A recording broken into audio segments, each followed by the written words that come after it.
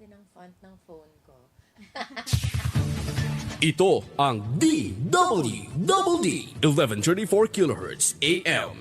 Balita, impormasyon at musika. Ito ang DWDD AFP Radio. Boses ng Kawal Pilipino. Kayo ay nakatutok sa DWDD AFP Radio.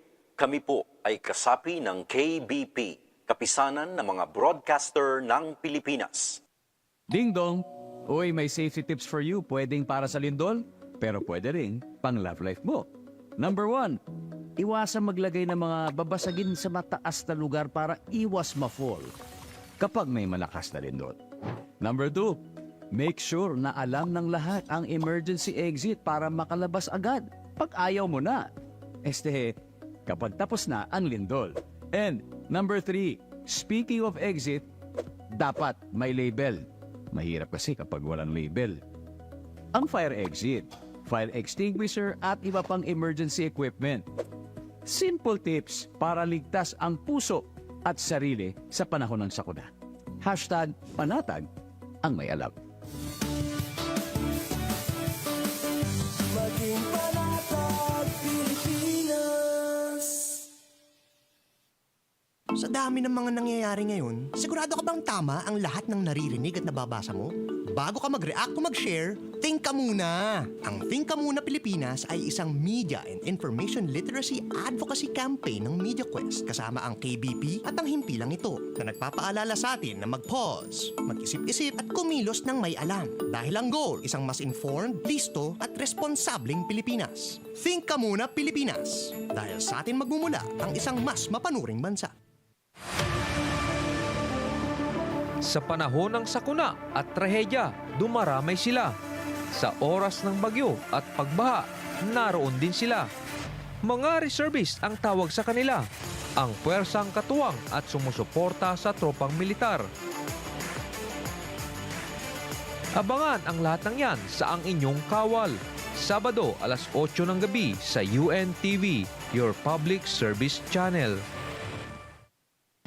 Mga katropa, alam mo ba na ang DWDD 1134 kHz AFP Radio ay ang opisyal na radio station ng Sandatahang Lakas ng Pilipinas na binubuo ng Army, Navy at Air Force na siyang maghahatid sa inyo ng mga balita mula sa ating Armed Forces at iba pang impormasyon.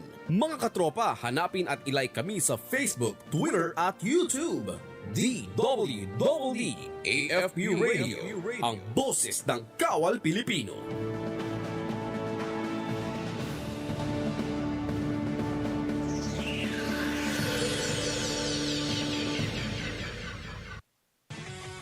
Mga katropa, para lagi kang updated sa inyong sandatahang lakas ng Pilipinas, siguraduhin naka-like at follow ka sa AFP Radio DWDD Facebook page at nakatune in sa 1134 kHz AFP DWDD. Panoorin ang weekly documentary program ng AFP Radio na Ang Inyong Kawal, Sabado alas 8 ng gabi. Simulcast po ito sa inyong Kawal Facebook at YouTube channel. And keep up the good work sa team. Ayan, Media and Civil Affairs Group, CRS-AFP, maraming salamat po sa inyo.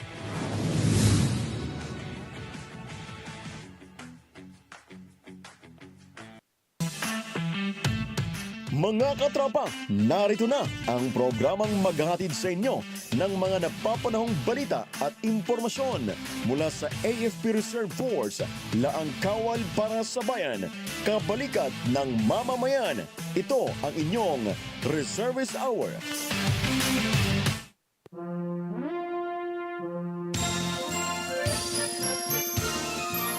Sulong mga anak bayan, kapit nisig lang kay hahataw sa isang rupiat. Laang Kawal handang lakas, tani-tani sa musalit, puso, isip, kaluluwa. Pinag isang mga mithit para sa isang bandila.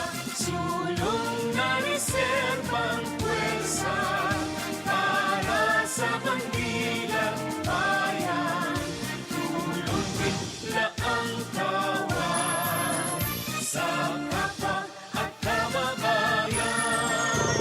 Nasa isang kabutuan, kakaisang walang tuwing pananalig, kasari ang yaman. na ang kawal sa larangan handa ring maghatid tulong sa panahong kalamidad o sa pambansang pagtulong. Sulong na reserbang pwersa para sa kandilang bayan.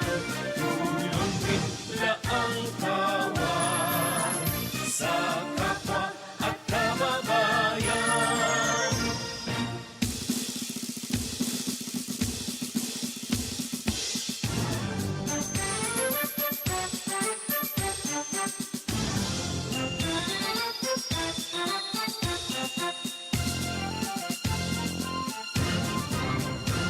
Sa isang kapunuan, kakaisang walang turing, pananalig, kasari ang yaman, tulong, putis, mandil na ang kawal sa larangan handa ring maghatid tulong sa panahong kalamidad o sa pambansang pagtulong. Sulong na reserbang pwersa para sa kandilang bayan. Tulong bigla ang kawal sa kapwa at kababayan. Sa kapwa at kababayan.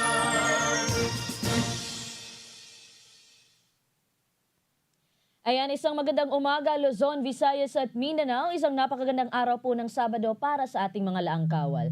Isang magandang umaga rin sa ating mga katropang nakikinig, nakaantabay at nanonood sa ating himpilang DWDD 1134 kHz sa AM at sa ating Facebook Live ng AFP Radio DWDD. Mga katropa, ito po ang inyong katropang Jhai para sa ating programang Reservist Hour. At makakasama po natin live dito sa ating studio ang ating mga panauhin mula naman po sa Reserve Command ng Philippine Navy. Makakapanayan po natin sa JO2 Patricia Ann B. Hizon, Philippine Navy Reserve at IS-3 Vicente Paul P. Hizon, Philippine Navy Reserve, ang ikatlong sasalang po sa ating Entertainment Business Politician Academy edition ng Reservist Hour, inline pa rin po with the celebration of the National Reservist Week 2025 na may temang katuwang sa kapayapaan at kaunlaran ng bagong Pilipinas. Sir and ma'am, magandang umaga po sa inyo. Welcome po sa ating programang Reservist Hour at bumati mo po na tayo sa ating mga viewers online namin, sir. Magandang umaga sa inyong lahat, especially all of our wonderful listeners sa DWDD. Parang ako yung nag-i-interview sa kanya, no? Nakahawak ng microphone. Pero magandang umaga din po sa inyong lahat. Kami po ay natutuwa na makakasama namin kayo dito. Ayan mga katropa, bigatin po ang ating mga panauhin ngayong umaga sa kanilang mga larangan. JO2 Patricia Hizon, ma'am, is a 25-year veteran in the sports broadcast industry. First female, mga katropa, to anchor the PBA Games and many times Olympic commentator and now a trainer and a mentor for women in new sports for the Asia-Pacific region. While si Sir naman po is a 4-time PBA champion and first Filipino to play professionally in the US and won USBL National Championship. Ma'am, bago po tayo dumako sa mismong talakayan natin patungkol sa inyong naging kwento sa inyong pagiging isang reservist, ay makikipagpalagayang loob po muna kami sa inyo. And with that, ma'am, it was mentioned that you are a 25-year veteran in the sports broadcast industry. Ma'am, can you share to us your journey in the said industry, ma'am? Actually, bago pa man din ako sumabak sa sports, I was really actually working for government, for PTV at that time. I was doing news and public affairs. In fact, nagkaroon na rin ako ng ilang mga shows for public affairs and I was doing the morning news breaks, weekend news. Doon talaga yung naging training ko. Pero may nakakita sa akin ng potential. And I think for anyone out there listening, if you see potential in someone, plant the seed kasi hindi nyo alam kung paano ito magbubunga. Because more than 25 years ago, someone did plant a seed dito sa akin na sinabi, pwede ka sa sports. So, nag-self-train, tinuruan din nila ako at ang unang-unang sabak ko sa larangan ng sports ay ang opening ceremonies ng Sydney Olympics in 2000. So, yun yung minamarka ko na anniversary ng aking sportscasting career even though I was in news and public affairs for some time before that. At since then, madami akong natutunan. Ito pa yung nakakatuwa yung isang sport na papakover sa akin sa Olympic Games ay taekwondo. Hindi ko gusto na basahin lang about taekwondo o manood lang ng mga tape pa nun, pagpasensyahan nyo na po, na mga laro ng taekwondo para matuto. So ang ginawa ko, I sought the help of the PTA, Philippine Taekwondo Association, at ako ay nag-taekwondo hanggang nag-train ako under Coach Stephen Padilla and Stephen Fernandez rather, and ito ay nagbigay sa akin din ng disiplina at may mga injuries na kasama, but I'm so happy that I experienced that because na-experience ko kung paano maging atleta, because there was some time na yung mga Philippine national athletes ay nakakasama ko sa training. Although hindi naman ako sumasabak sa kanila on the mat, against them on the mat, pero nakikita ko yung disiplina, yung hard work, and yung impact ng kanilang pag-training. So it really gave me an immersive training at hindi lang basa-basa kung paano magpuntos. So that's really how my training started. And from then on, madami akong sports na na-cover na. I mean, equestrian, even before basketball, equestrian, beach volleyball, diving, swimming, track and field, and other sports na na-cover ko na. Natutuwa ako kasi it really started with learning about the discipline of understanding a particular sport, or a discipline is what they call it. Ayan mga katropa. Actually, while listening to Ma'am Pat na noon, parang nai-starstruck talaga. Because this is my first time, ma'am, na mag-interview ng someone from the broadcast industry talaga, ma'am. And as in, kung pwede lang ngumanga on board, ay ginawa ko ng mga katropa, no? But really, napakaganda ng inyong experience, ma'am, no? And Yes.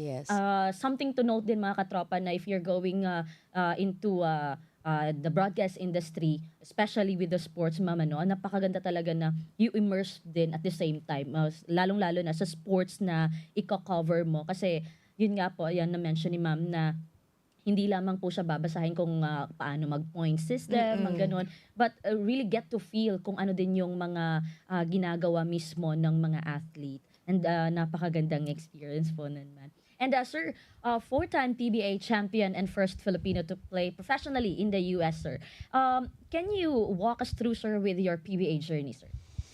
Well, unang-una, before I even joined the PBA, I didn't know if I was really gonna be PBA kasi sa time ko sa Ateneo, I really thought I was gonna be a doctor or a physical therapist because yun ang track ko, BS Biology. So, the time that I actually thought about going professionally, pupunta ko sa lahat ng teams Lahat ng teams, every single team in the PBA, and all of them said, you're not ready, you need more experience, hindi kayo, you're just not ready. Only one team said that they actually said, okay, we'll get you second round, first pick, and that was Coach Sonny Jaworski of Ginebra. So from that, I got confidence because the living legend, the logo of the PBA. So I said, okay, I'll join the PBA. So I put my name in the draft, and then from there, another team, Pure Foods, picked me in the first round. So the team that said that they didn't want me actually picked me at the beginning. But anyways, good experience because even though I felt I wasn't their first choice or anything like that, it was a good learning experience my first year. And we won a championship right there. I was with Alvin Patrimonio and Jerry Codiniera. I learned a lot from those two guys especially. And then the following year, I went to Ginebra, and we also won a championship there. So I won on PBA, Pure Foods, and then Ginebra.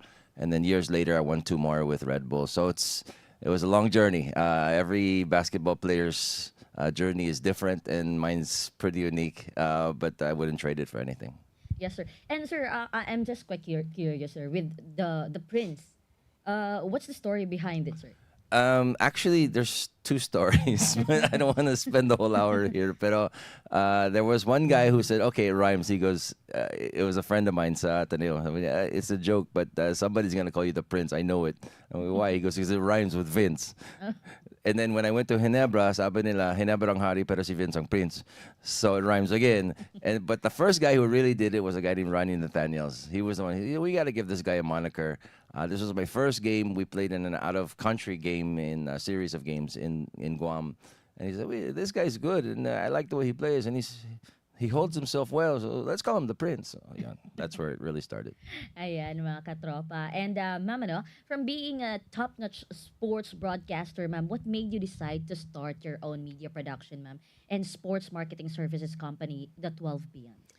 Sa totoo lang, being a sports broadcaster, I wasn't just interested in being in front of the camera or being the voice for a particular sport. I was always interested in the process, what happens behind the scenes. Nako, madami tayong mga katropa dyan sa PTV na hanggang ngayon na nandyan pa. Para na silang mga pamilya ko na hanggang ngayon ay madami pa rin silang mga ini-impart sa mga bagong henerasyon ng mga news anchors, newscasters, and journalists. But what I really, really liked is the production side of it.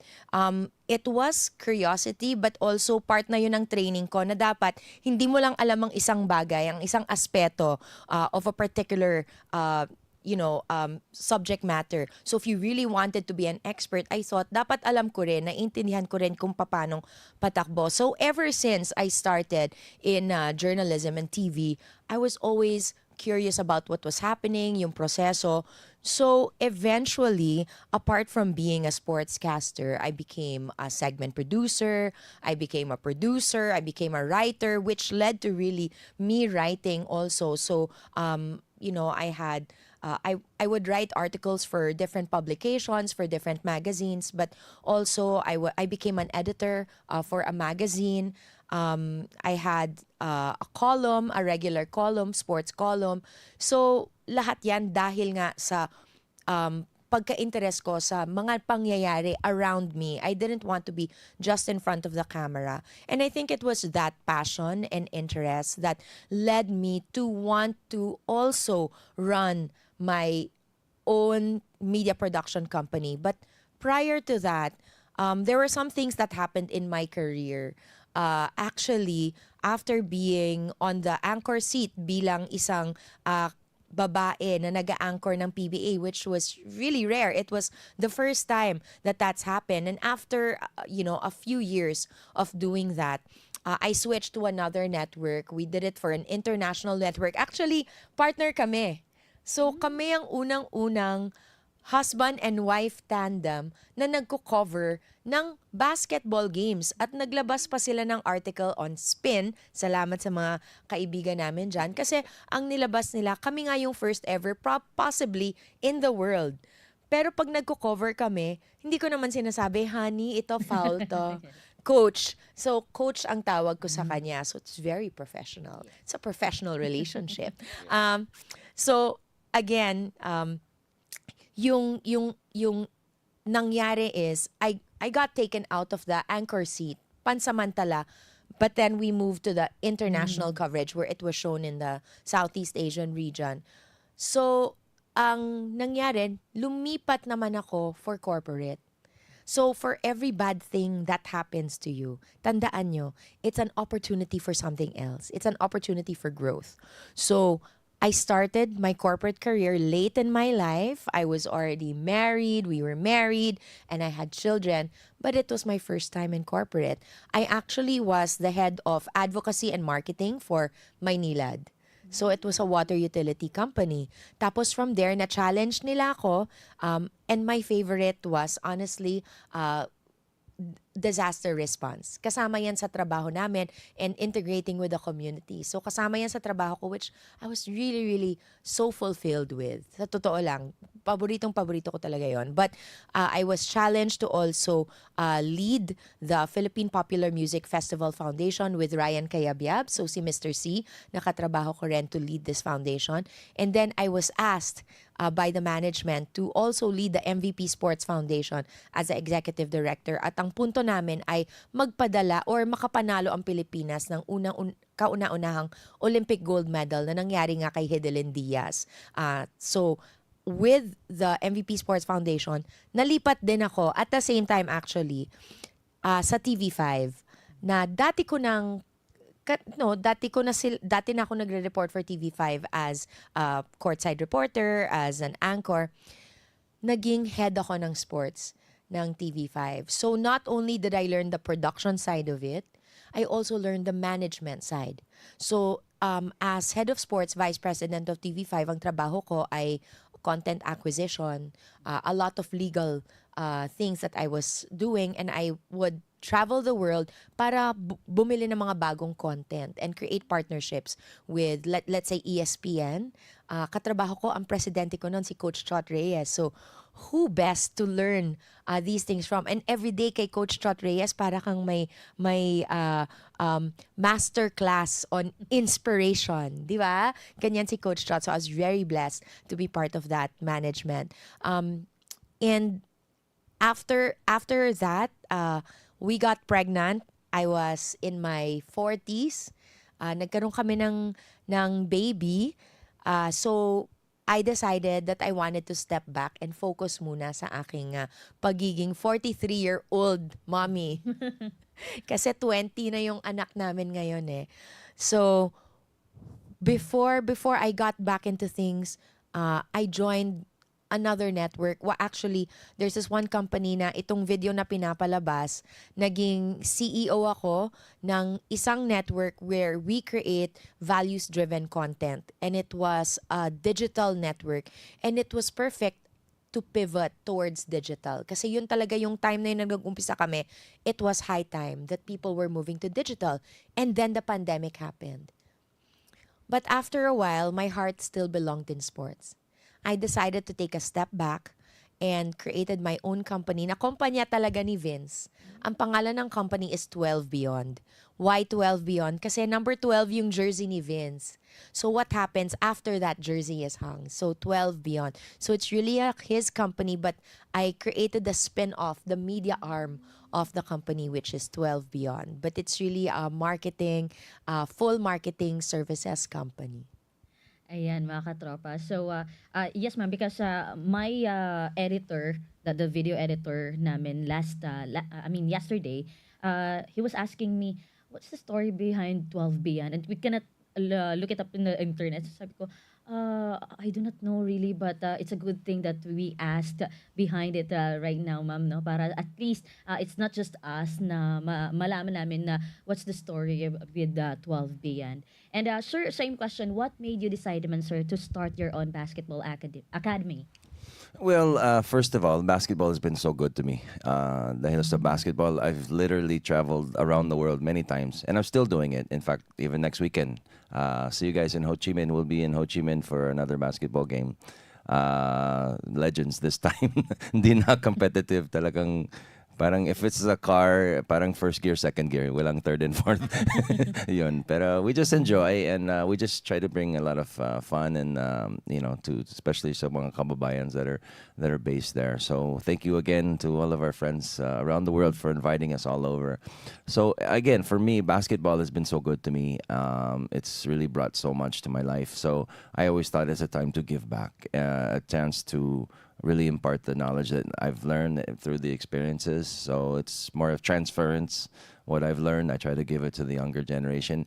But I try to do it with a little bit of a twist. May angle ako, because a born-again Christian ako. So I always try to imbibe those same values. So just like you would listen to your parents or your teachers, you also should listen to your coach. I always say it like that. And I always say, biblically, it says obedience brings blessing. So if you listen to the coach, good things will happen. You'll get playing time. If you listen to your mom and dad, good things will happen. Baka you'll go to, I don't know, the movies or time zone or something, right? That's why I always try to tell these kids that if you really work hard and you listen to your coaches, good things are possible. I'm living proof. Kasi sa basketball, I was never the guy who jumps the highest. I was never the guy who runs the fastest. I don't even think I was the best shooter many times on the court. Pero because I worked so hard and I really had a goal in mind, good things happened for me. My whole career just kind of came into play. So now it's time to show those same things to the next generation and see if they can at least get something out of it. Ayan, mga katropa. And napakaganda actually ng story natin na this morning, mga katropa, no? And we're just on the personal side of our guests ngayon, mga katropa. Hindi pa po tayo nakaabot sa ating reservist na journey ng ating mga guests. But ma'am and sir, quite curious lang din. Taking a trip down memory lane. If it's okay to ask Ma'am and Sir, how did Ma'am Pat and Sir Vince met? Is it through sports? Actually, I stopped running. Yung and- version muna niya. Version niya muna. Mamaya na yung Di, side ko. biro lang. Actually, we met at a common friend's, my roommate and one of her friends. He was a member of a band. And we were at the same place, same time, and we were just introduced. Yes, and yun, from there, we started talking, and that's it. And then, nothing really spark right away, but later on, it definitely turned into sparks. So I had a foundation at that time called the Vince's On Foundation. She had her own foundation she was running. It's called Every Day is Your Birthday Foundation. So it was kind of funny because when we met, hindi na uso, pero that time we traded business cards. So when I gave my card, she gave her card. We were, oh, you have a foundation? Oh, you have a foundation? Sige, let's talk. So, yeah. That's And- it. So the foundation of our foundation is foundations. And Ma'am's version naman, Ma'am. Okay. All right. Sa totoo lang. No, but really that's what really happened. Pero people ask, may spark ba kagad? No, I think the spark was when we really exchanged the cards. And then that night, we started talking about what we do for our foundations and if we can work together. But even though he was already this huge Ginebra player, a huge name with billboards everywhere at that time, very well known, and I was already a sportscaster actually by then, hindi naman yung physical attraction ang nangyari. It was really just that desire to want to get to know a like-minded person. But eventually, we were both asked separately to endorse an eyewear brand.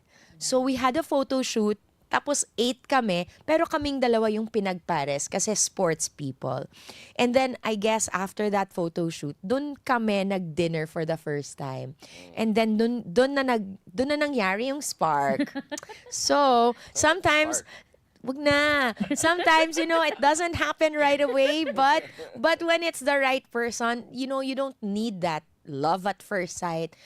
It does happen, and we don't. I mean, obviously, Vince was in love at first sight. Dala ko lang. Joke lang.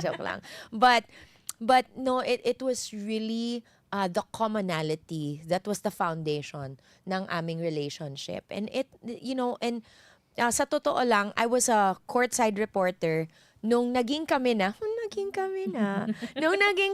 courtside reporter ako, pero never naming isinapubliko yung relationship namin for a long time because I didn't want the teams that to think that I was biased towards Vince or his team at that time. And no, of course not. Professional tayo. Professional nga tayo. Huwag kang magulo. But for a long time, our relationship was actually under wraps because we really wanted the trust that we had built with the teams. I wanted that, and he respected that. So, yun. But eventually, madaming ang nagulat when he proposed to me because for a lot of people, that's when they found out, ay, sila pala. Ayan, mga katropa. And ayan nga po, so aside from sobrang namangha ako sa story ni Ma'am and Sir kanina, no? Ngayon naman ay kinikilig naman ako. But one thing na nakuha ko with Ma'am and Sir sa relationship, mga katropa, no? Is that talagang napakaganda if the foundation, Ma'am, nga, no? Is as per Ma'am, is the commonality talaga. And then saka na yung naging spark nila during their first dinner, mga katropa. And talagang that's something for a single woman like me. Yes. That's something to take note, mga katropa. And Ma'am, other than Ma'am Pat and Sir Vince, are there any other members of the family who is part of the reserve force or in the active military service? Well, yung daddy ko, actually, he was in the Air Force, Philippine Air Force, second lieutenant siya. He joined directly after Ateneo. He was ROTC, and then he was second lieutenant. And yung goal niya was to fight sa war sa Korea. That was the time, 1953, And he was a pilot already. He was flying Taxans from Villamor, Nichols, all the way to Basa, to Batangas now, and he was just going back and forth. He was getting ready. I believe it was a 9-month training. He had his pilot's license na, but on the 6th month of his training, the war ended.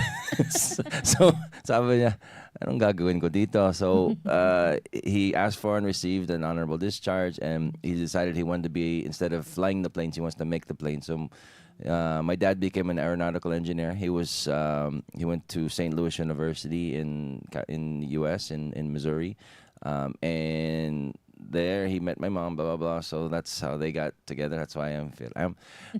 But my dad actually rose through the ranks. He became the only Filipino in the design team of the Apollo 11 that went to the moon.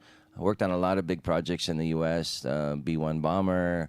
F-14s, 15, 16, 18, all of the big ones. He worked for all of the big companies, Boeing, McDonnell Douglas. So he really rose, and we're also very proud of him. But he started with the Philippine Air Force. Ayan, mga katropa. And Bam?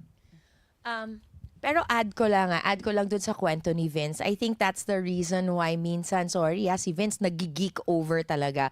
Pag nakakikita siya ng mga eroplano and everything, he knows so much about them. So, whether it's, visiting museums or really, our different posts, talagang ikinatutuwa niya because he was raised in a place where he was parang museum yung bahay nila, actually, with all the models. And didn't you watch also the... Yeah, actually, the first ever, my dad worked on the space shuttle, the first one, Columbia, not the one that crashed, Columbia.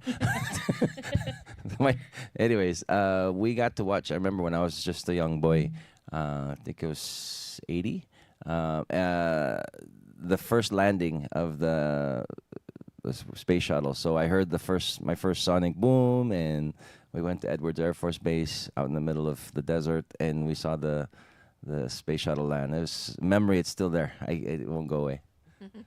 Di ba? Maganda yung impact sa kanya. Sa akin naman yung impact ko is my lolo. Namatay na siya nung bata pa ako. But up till now, pumupunta pa rin kami sa libingan ng mga bayani. Nandun ang lolo ko. He was in the Philippine Army. He was a colonel. And before, I learned so much more about how loved and respected my lolo was. Kasi pati kay FVR noon, pag minimension ko yung lolo ko, pag nagkikita kami ni FVR, nag-golf. Talagang yung yakap niya and the way his face would really light up. He held certain positions that I may be wrong about, so I'd rather not mention it, but he was assigned in different posts. But my lolo then, Colonel Delphine Uson, up till now still has an impact in this generation of my cousins and even the next generation. So nakakatuwa talaga na in our roots, we're very proud na meron kaming naging lolo that served the country that way. Ayan, ma'am and sir. And ngayon nga mga katropa, going to their reservist journey. Ma'am and sir, what made you both decide to be part of the reserve force?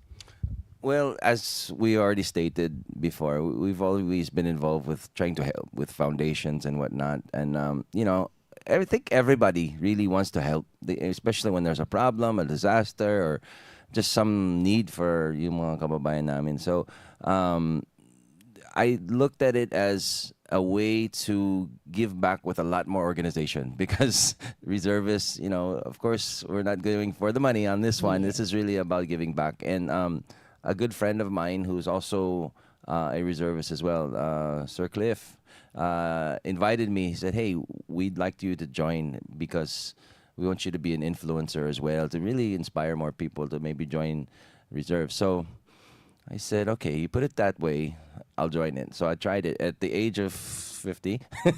I said, what the heck, let's try this. And I'm not going to lie to you, it wasn't like a cakewalk. It wasn't super duper easy, pero worth it.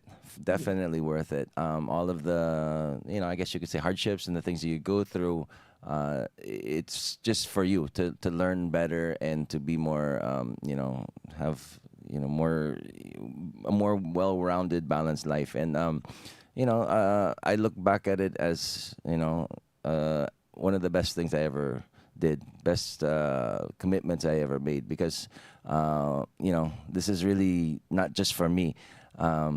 Because when I joined, the next batch, guess who joined? And after that, I'm looking at our kids as well, because they're saying, why is mom and dad in these uniforms? Where are they going? What are they doing? So I think our kids are also being impacted as well. And ma'am? Dahil nag-umpisa kay Vince. Sa totoo lang, he inspires me in many aspects. And when he did it, I really remember attending his graduation. Nung nagpunta kami sa Ternate for his graduation, and I saw the camaraderie and the difficulties that they were going through in the blazing heat, and that's just a small fraction na pinagdaanan nila. Sa totoo lang, something clicked in my mind. Sabi ko, gusto ko yan. Kaya ko rin yan. But it was really born out of seeing what he had gone through and how it changed him. So sabi ko, gusto ko rin yan. So yung purpose niya to inspire others, nag-work sa akin immediately. But also, I was also looking for an outlet to be able to serve. We had been doing foundations, even in my professional work, that was part of the job. But still, I really wanted to do it in a different capacity. And I think being a reservist doesn't just satisfy that, really ups the level of how we can put ourselves out there para nga sa ating mahal na bayan. So yung gusto ko naman sa pagiging reservist, apart from what I saw from Vince, is really the benefit of being trained, the benefit of having that opportunity to make yourself available, but to prepare as you make yourself available. And I think that's very unique, no?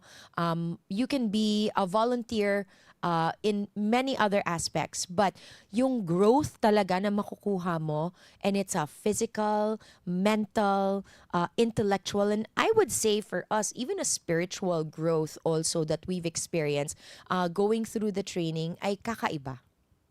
Ayan, ma'am and sir. Sir, you joined una before kay ma'am. Were you in the same year, ma'am and sir? Or Same year, batch 4, 6. but still 2022? Yes. And what are your units, ma'am and sir, in the Philippine Navy? So I'm actually now a lot, because I'm JO2, Yes. so journalist second class. So I really do help the civil military operations group a lot.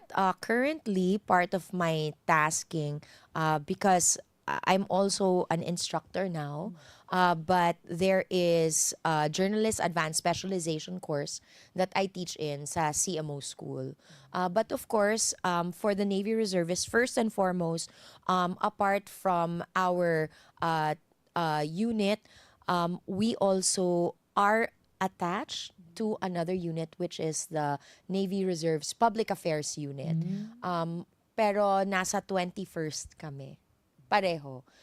But currently, we make ourselves available kung saan kami kinakailangan, and a lot of the tasks really falls under public affairs, and for me, CMO. Ayan, ma'am and sir. And aside from the basic citizen military training, ma'am, what are other trainings pa po na sumailalim po kayo? Well, first of all, it's really been a fun thing, kasi even though some of the trainings can be difficult and quite dirty, we enjoy them naman eh. Yes.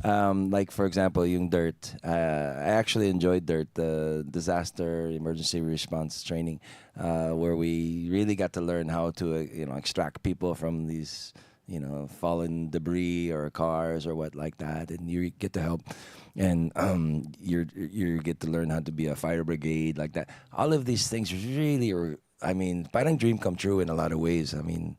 Who wouldn't want to hold one of these huge fire hoses and all of that? So, and we got to go through it together and learn. And ma'am? And then we had gone through SFOT and many others. But one particular that I mentioned earlier, as an instructor, I was also very privileged, and I'm so grateful that I was tasked to join the Philippine Navy Instructors Qualification Course. At natapos ko na po. And there are other courses that are aligned being an instructor. I really think it's a calling. I really love to teach. And I think that's part of your question earlier kung bakit ako nag-start ng media. And if Yes. you saw, I'm also an instructor and a trainer for the Women in News and Sports. So here, I had learned to understand the standards that is demanded of us as instructors, wearing the uniform and serving the military. So iba din ang training nito at iba yung mga requirements na kakailanganin. It really challenged me to the core, to be honest with you. Napadala na ako sa iba't ibang parte ng mundo to teach, but the learnings that I acquired, I'm able to also apply. So I'm really so grateful. Ayan, ma'am and sir. And ma'am and sir, how do you balance naman po running your own company and academy with your reservist life, especially with ma'am, since you're also teaching in the Philippine Navy CMO school, ma'am? It's difficult, but we're actually very blessed. We're very blessed because we have a support team. We're talking about, our children are a little older na. Meron kaming 20-year-old, 18-year-old, and a 5-year-old. So it really begins at home, pati yung mga kasambahay namin. Salamat sa inyo. Dahil nagagawa namin yung unang kailangan namin gawin, which is family. So, I hope that for all of those who are serving, yes, we're serving our country, pero wag din natin kalimutan yung mga kailangan natin na isakatuparan. So sa pamilya, we're all good. Even our relatives help out when we do need to be somewhere and we need to be deployed, even if it's a short training. But I guess a part of that, yung kailangan lang namin gawin together to be able to fulfill that is align our schedules. And ito si Vince, very strict siya sa schedule. Sa totoo lang, meron kaming regular meeting at home about our weekly schedules. Kaya minsan, pag tatawag sa akin at sasabihin, ma'am, pwede ba kayo dito? Matagal akong sumagot kasi hanggat hindi kami nag-a-align ng schedules, hindi kami oo or hindi. So, it has to be aligned kasi madami rin kaming mga kailangang gampanan. Hindi lang bilang magulang. I was homeschooling my children for a long time. We are homeschooling parents. Pero ngayon, pumasok na sila sa mga eskwela. So may time na ulit kami. But it's really a lot of coordination. Just like what you see in the different branches of service. It takes a lot of coordination and support group. Well, for me, just like what my wife said, it's really about aligning, and we're different in that way. I want to see it in black and white. I want to see the contract of this is where I'll be at this time and place and all of this. Siya na lang naman. She'll do anything. Basta there's 2 minutes. Okay, let's join this. It's not on the schedule. So what I usually do, I have my whiteboard ako. I write it all down. I know where I'm gonna be even a week or two in advance. She doesn't do that. So yun. But yeah, like what my wife said, the important thing is we have our real priorities in check, and number one is family, and we make sure that they're taken care of too, because we don't want to neglect them. What I don't want is we're out saving the world, and then my kids are getting, having big problems at home. So we make sure that they're okay, and then if may time, we can really spread it out. Ayan, ma'am and sir. And ma'am, you have mentioned that you also took the Civil Military Operations basic course. What part of the course, ma'am, is the most significant for you, ma'am? Ayun, nadagdag ko nga na. Yeah. CMOBC, that was an important course for us kasi apart from learning what CMO is all about and how important it is sa impact ng ating community, and how really it's really a way to be able to impact the community in times of peace, but really this really leads to getting that trust and that relationship. And I think the best part for me is to be able to experience that nang pumunta kami ng class namin sa Palawan and do an immersion. And it was really doing an outreach. But beyond just serving the community doon sa ginawa namin na outreach, I think just understanding kung paano to is stage. For us, before I understood all of these things, ang alam mo lang, ang nakikita lang ng mga tao ay pupunta kami doon at mamimigay. Hindi nila nakikita yung rationale behind it. Hindi nila nakikita yung purpose behind it. That yes, the heart is to give and to help out, but sometimes there's a deeper purpose to it that serves a greater mission. And I think for me, eye-opener yun eh. Lalo na yung proseso. Vince kind of revealed, I'm kind of gung-ho, let's do this, and he's more process. So that also taught me a lot more about the step-by-step process and understanding. So I think that was one of the more valuable things that I understood, really the reasoning behind and the value of our civil military operations. I mean, saludo ako sa lahat ng nagagawa natin because it serves such a great impact. Ayan, mga katropa. And, meron mo si... No, go ahead. And, ma'am and sir, from the sports broadcast industry, from the sports, sir, merong mga nagtatanong po sa atin, ma'am, celebrities, entertainment industry ng mga reservists natin, and also those who wanted to be part of the reserve force. Ma'am and sir, can you walk us through with the process of your application naman in the reserve force?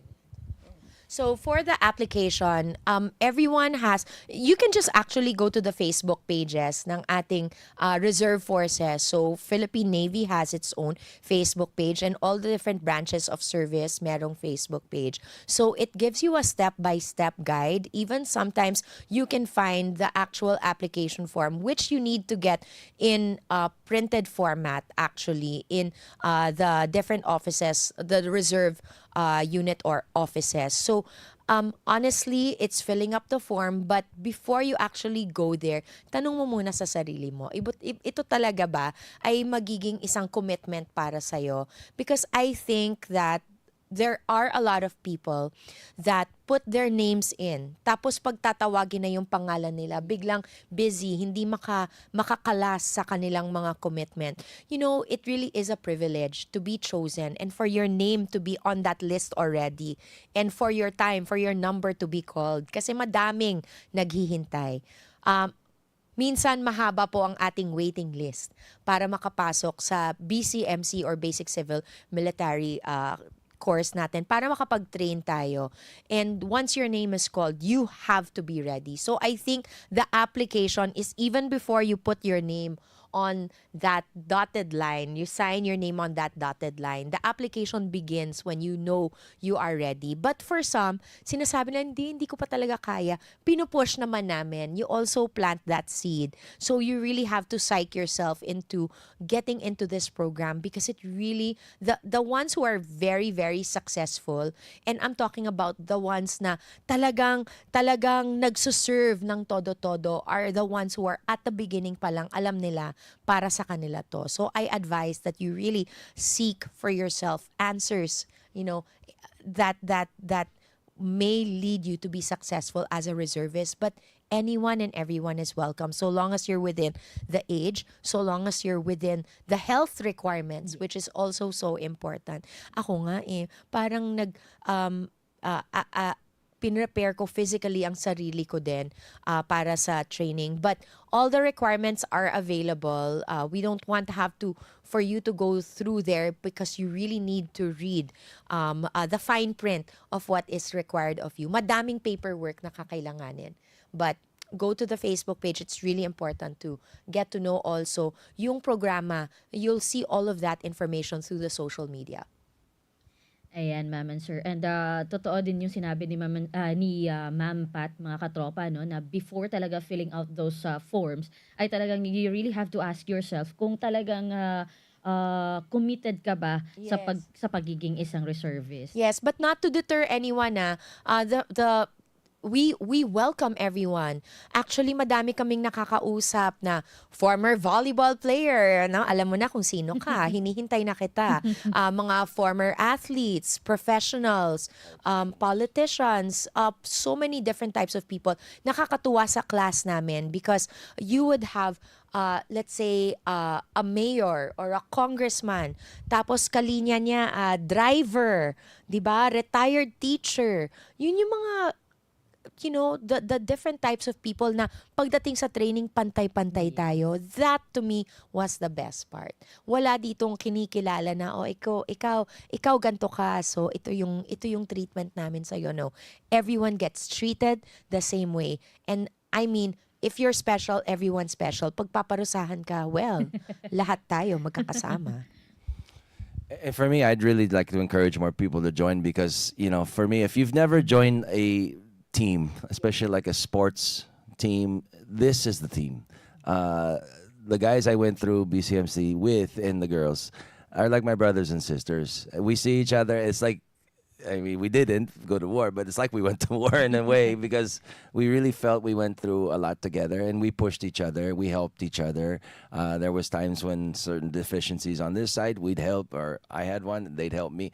So it was always like that. And it was in the spirit of everybody is going to do this together. So that team part of it was really cool. And, you really bring out the best and the worst in people in these certain times as well. So all of that came out, but we all got through it together. Ayan, ma'am and sir. And since you were both a veteran and legend in your fields, ma'am and sir, how do you inspire the youth naman this time and our other Filipino people to become part of the reserve force? Well, I'll just start. It's for me. It's very simple. You just got to do it. When I joined, like I said, I was in my 50s already. So everybody's like, "What are you doing? You should be going down here, not going up there, as far as your activity level." Pero it was something I wanted to do. It was something I had my mind set, and I was gonna do it. So I did it. And for me, that is sort of actions speak louder than words. I mean, you could talk about it all day, but unless you do it, that's a different story. So a lot of people were kind of shocked that like we won the Tarzan and Jane as well because, once you guys get into it, you'll know more. But it's about the physical fitness part of it. So we were pushing each other talaga to the hilt, and we weren't letting off. And again, guys who were probably maybe even half my age were looking at me. This old guy is doing better than I am right now. So if he can do it, I have to, double my efforts. And ma'am? Para naman sa mga kabataan natin dyan, madami sa atin ang nagsasabi na, oo, ganito dapat sa bansa natin. Itong gusto natin mangyari. Pero kung wala kang gagawin, para talaga magkaroon ng pagbabago, baka nasasayang lang yung pag-post natin. Nasasayang lang yung effort natin na mag-ingay. And, I was also in school, back in school, ako din I was very active in school politics also. But ngayon na nasa reserve force na ako, nakita ko talaga na mas malaki yung nagiging impact ko para sa ating bansa. Not to deter anyone. Of course, you have the freedom to be able to do that. But personally for me, if you ask me, if you really want to see change, be the change. And this is one way to be that. Hindi tayo lahat pwedeng or gusto lang mag-serve behind the comfort of our screen, behind the comfort or within the comfort of our homes. May iba sa atin na katulad namin. We want to be part of the action, but we really wanted to also be available. And I think para sa mga kabataan natin, it's something that you should really take a look at. It's life-changing. It will give you not just the discipline, but it will give you opportunities. You will unlock so much about your character na, trust me, being a CEO and a boss, yung mga nakikita kong character na gusto ko sa mga staff, sa mga management ko, kayang-kaya nyo yan ma-develop when you join the reserve force or trainings such as this. hindi mo to kayang bilhin. Hindi mo to kayang basahin lang. These are things that you need to experience, but at the same time, it will really change your heart. It will fulfill you, and I think when you have that, you will really feel that you are filling a void.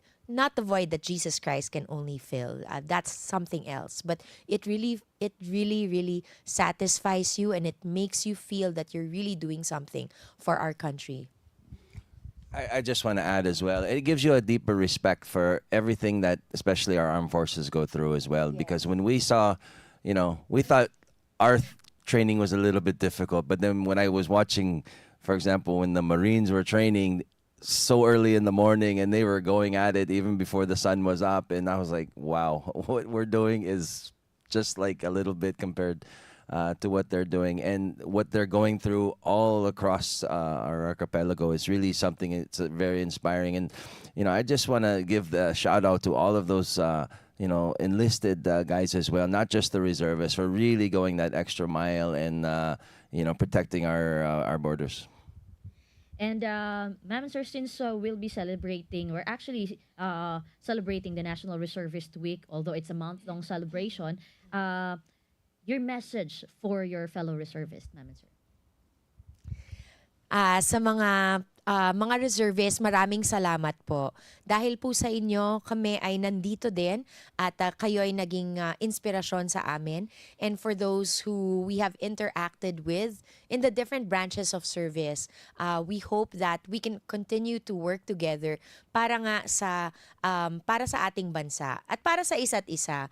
And we pray and hope that there will be more and more of us that will be active. And I think those who join the reserve force, you have the responsibility, but yet it's also an honor to be active in the reserve force. Madaming mga pangangailangan at madami tayong kakayanan na para ibigay at matulungan ang ating militar. At isa pang mensahe na gusto kong sabihin sa inyo ay talagang kayo ay nagsisilbing inspirasyon even with our enlisted personnel. We are so grateful whenever the enlisted personnel look up to us dahil tayo ay nagsisilbi, hindi natin to trabaho, we have other things, but yet we do it. Pero alam ko naman tayo ay saludong-saludo talaga sa talagang nagsiserbisyo para sa ating bansa. At sana sa mga reserve force natin, wag po tayong mapagod, wag po tayong magsawa. Tuloy-tuloy lang po dahil ito ay isang malaking impact hindi lang para sa bansa. Tingnan nyo na lang yung mga minamahal nyo kung ano yung magandang impact na nangyayari sa kanila because you are serving and you're giving over and you're going over and beyond para magbigay ng pagmamahal para sa ating bansa. So saludo at salamat. Tuloy-tuloy lang po ang ating paglaban sa araw-araw na pag-inspire sa others. Well, para sa akin, I just hope everybody will enjoy the joy of volunteerism. Para sa akin, in basketball, some people don't like practice. They don't like to work hard. They don't just want to go to the game and perform. Pero for me, I found the greatest joy in the practices. The game was actually just a way to just let it all out. So, when you can find that joy in volunteerism, everything is good. And that's the same for the reservists. It's not gonna always be happy, smiley, all of that. There's gonna be some times where you really have to work. But I guarantee you, the things that you will unlock, the experiences you will have, will be far greater, far bigger. And you will really learn so much, not just about your friends and your peers, pero yourself. You'll learn how hard you can really go. And, it's a good experience. Definitely the best choice I really made as far as after basketball was to join the reserves and to, really try to do my best and inspire others. Even at my age, like I said, I was still passing those younger guys, and even some of our commanders were saying, "Hoy, parang NSD yung reservist namin." Well, he came from NSD, but I guess you could say it is sort of a little bit like that now as well. You really want to just keep going, never say die, keep going harder, and I think that's the way that I want to live the rest of my life as well. And Ma'am and Sir, any announcement or any activities that you would like to invite our viewers? Just go to the Facebook pages. Madami parati sa aming nagtatanong, paano ba maging reservist? And the best way is to really interact and go to our Facebook pages, not just for the Philippine Navy. There are other branches of service out there that are also looking for well-meaning people who will be dedicated to serve our country. Punta po kayo, sali po kayo. And I think more than that, we just enjoin everyone to also show some love para sa ating men and women in uniform. Support our cause at tayo-tayo ay maging magkakatropa at sana tuloy-tuloy ang ating pagsilbi para sa ating bansa. And thank you so much, Ma'am and Sir, for your time and for sharing some of your experiences to us and to our audience, of course. And we hope to have you here again, Ma'am and Sir, on our future episodes of the Reservist Hour. And mga katropa, muli, Jhai Otto Patricia Ann B. He's on Philippine Navy Reserve, and IS3 Vicente Paul P. He's on Philippine Navy Reserve. Ma'am and Sir, thank you so much for your time. And again, mga katropa, ay iniimbitahan po namin kayo na makibahagi para sa ating mga katropang mga reservists na makibahagi, makiisa sa mga aktibidad natin sa NRW o the National Reservist Week 2025. And of course, don't forget to watch our Ang Inyong Kawal every 8 to 9 p.m. Saturday night. Mapapanood po natin yan sa UNTV channels and of course live also sa ating AFP Radio DWDD Facebook page and Ang Inyong Kawal page. Next week, mga katropa, we'll be having our guest from the AFP Reserve Command. And also don't forget to join, or we are inviting you, encouraging you to join para sa ating mga katropang mga reservists to join the fun run on 30 August 2025 at the Lapu-Lapu Grandstand, Camp Aguinaldo, and also it will be simultaneously conducted sa mga unified commands po all around the Philippines. So mga reservists, dependents, active in the service, you can actually join the fun run on 30 August. And of course, our culmination or culminating activity on 13 September 2025 live via AFP Radio DWDD Facebook page, the culminating ceremony of the National Reservist Week. And also, sa mga nanonood sa atin via Facebook Live, shout out sa ating katropang magpo-program right after us, katropang Terence Mordeno Grana, mabuhay ang mga laang kawal. Also, katropang Rodolfo Gahol, hello, good morning po sa lahat and God bless AFP Radio. Katropang Letty Ramos, good morning, watching. And Wilson Basaliso, good morning po. Also watching from Batangas, si katropang JJ Ports and SM Anthony Abellera, good morning, mabuhay ang Laang Kawal, mabuhay ang AFP, and of course katropang Efren Huya. Ayan mga katropa, thank you so much sa lahat na mga patuloy na nanonood at suporta nakatutok sa ating programa. Sa susunod po ulit na Sabado ay sabay-sabay nating kilalanin ang ating panauhin again mula sa AFP Reserve Command. Mga katropa, muli ito ang inyong katropang Jhai at ito ang ating programang Reservist Hour. Maraming salamat. Mga katropa, narito na ang programang maghahatid sa inyo ng mga napapanahong balita at impormasyon mula sa AFP Reserve Force, Laang Kawal para sa Bayan, kabalikat ng mamamayan. Ito ang inyong Reservist Hour. Ito ang DWDD 1134 kHz AM. Balita, impormasyon at musika. Ito ang DWDD AFP Radio. Boses ng Kawal Pilipino. Kayo ay nakatutok sa DWDD AFP Radio. Kami po ay kasapi ng KBP, Kapisanan ng mga Broadcaster ng Pilipinas.